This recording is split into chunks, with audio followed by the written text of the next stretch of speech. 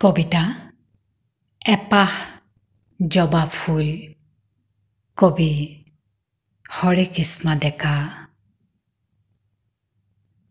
বৰষুণত ফুলনিখনৰ সকলো ফুল সৰি গৈছিল, কেৱল এপাহ জবা ফুলি আছিল। দেখিলো তাৰ সতেজ পাপৰিত এখন হাত, চিনাকি অচিনাকি,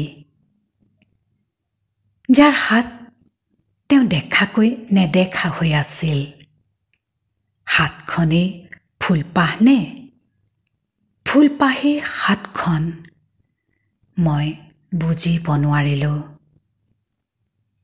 বহুদিন হৈ গ'ল।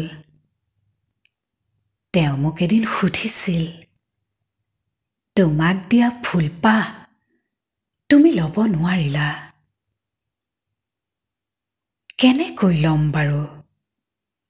ফুলনিৰ গৰাকী যে মই নাছিলো।